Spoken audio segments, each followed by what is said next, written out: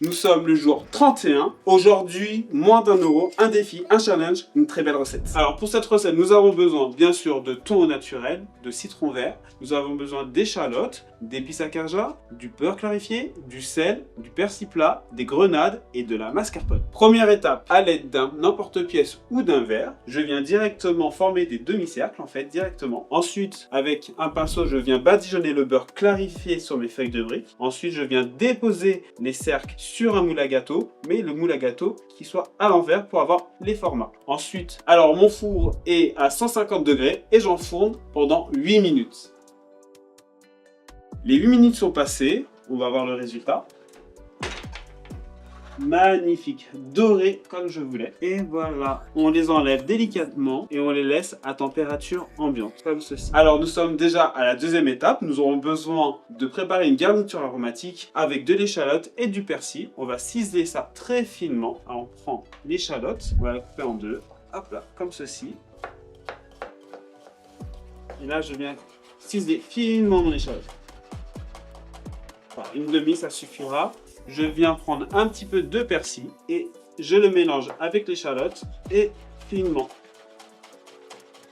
Et je le rajoute dans mon cul de poule. Nous avons besoin de sel, une petite pincée de sel, ça suffira. Ensuite, j'ai ma petite épice. J'adore les épices parce que les épices, ça voyage. Et vu qu'à Bonneuil, on voyage énormément. Ensuite, pour donner du peps, on rajoute du citron.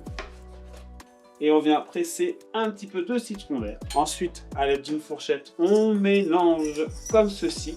Alors, on part sur l'essentiel de notre recette qui est notre thon. On va rajouter du thon comme ceci. Ensuite, on peut tout rajouter. Soyons gourmands un petit peu, un peu de folie.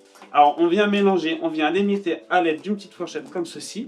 Ensuite, on va ajouter un peu de douceur dans notre recette, un peu de mascarpone. Et là, on va obtenir, en fait, c'est comme une petite rillette, hein. C'est super bon la petite rillette. Alors, troisième étape, nous allons garnir nos petites coques en feuilles de briques avec notre rillette de thon.